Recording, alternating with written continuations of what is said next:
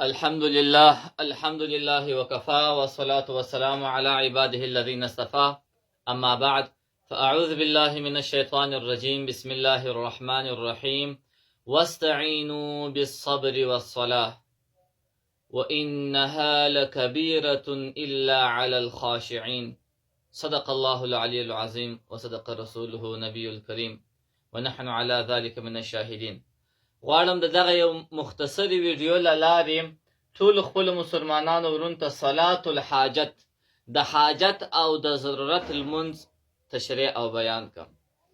صلات الحاجت د ضرورت لمونځ د حاجت لمونځ دا چې انسان خورا محتاج دی، د ژوند په هر اړخ کې ضرورتونه او احتیاجونه لري، نو که چیرې یو داسې احتیاج چاته پیدا سي چې دته د حل لار نه معلومیږي او غواړي د دې محتاجی څخه ځان خلاص کی او د دغه حاجت الله جل وعلا شانه ور پوره کی، نو د ته پکار داده چې د صلات الحاجت وکي.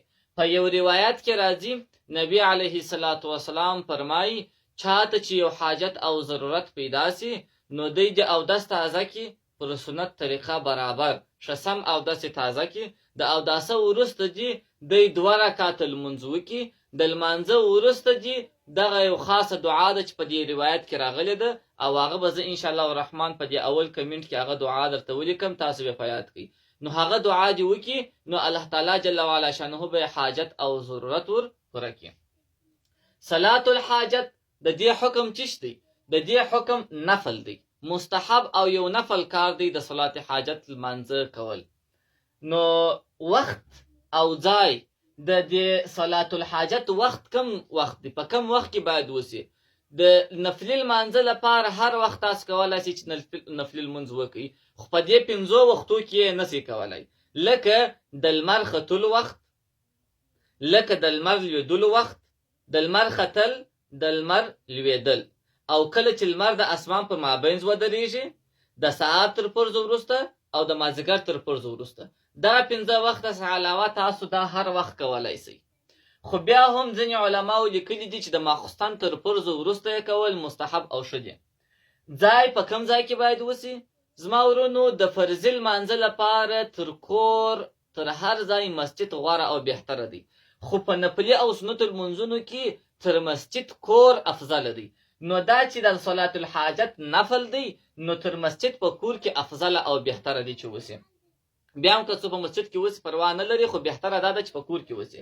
فرض باید په مسجد کې بیا بهتره دی چې وسی. رکعتونه 2 رکعاته باید وسی.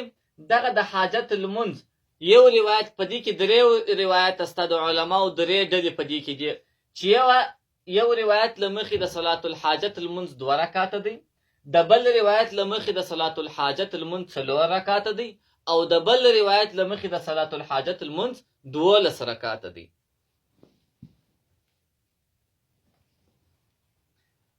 نو دا هر یو طریقه به درته تشریح کوم. طریقه څنګه دی؟ د صلات الحاجت لمونځ هغه چې 2 رکعاته دی، کم 2 رکعاته چې دی هغه عام خاص لمونځ دی، په هغه کې هیڅ نوې تغییر نشته. په اول رکعت کې تر الحمدلله وروسته چې ما ار سورت شزدا او هغه سورت بوایاست، بیا چې کله دوام رکعت الحمدلله ویل کېد، الحمدلله وروسته چې هر سورت ستا شزدا او هغه وای سلام چې مو وګرځوي هغه خاص دعا کړي چې زه په اول کمنټ کې لیکم. دا په دې 2 رکعاته چې د صلات الحاجت په نام نه سره کېږي، دا 2 رکعاته نفل د حاجت په خاطر کوم چې الله می حاجت را پوره کړي، بس دا دعا عام خاص المنځ دی. او دغه 4 رکعاته چې دي دغه یو څه توپیر لري، یو څه د عام خاص د عام المنځو څخه یو څه توپیر لري. دغه په اول رکعت کې د صلات الحاجت د 4 رکعات په اول رکعت کې به الحمدلله یعنی فاتحه وای، تر فاتحه وروسته به 3 واره آیت الکرسی وای، آیت الکرسی په اول رکعت کې تر الحمدلله وروسته 3 واره آیت الکرسی ویل کېږي. په دوهم رکعت کې الحمدلله ویل کېږي، تر الحمدلله وروسته 3 قل ویل کېږي، 3 قل آیت کرسی نه ویل کېږي، 3 قل، لکه قل هو الله احد، قل اعوذ برب الفلق او قل اعوذ برب الناس.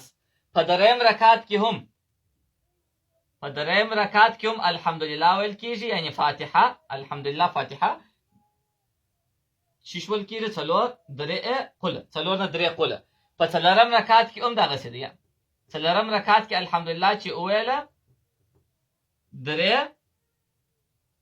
قل به ووایي، یا دا درې دوهم و درېم و څلورم رکعت یو رقم دی، خو اول رکعت باندې به په اول رکعت کې چې الحمدلله ویل در الحمدلله وروسته به درې واره آیت الکرسي ووایي، او په درېم په دوهم په درېم په څلورم رکعت کې به دغه ووایي درې درې قل ووایي. دغه طریقه د دې څلور رکعاتو دا ډېرو علماو ذکر کړي دي، حتی د یوه روایت له مخې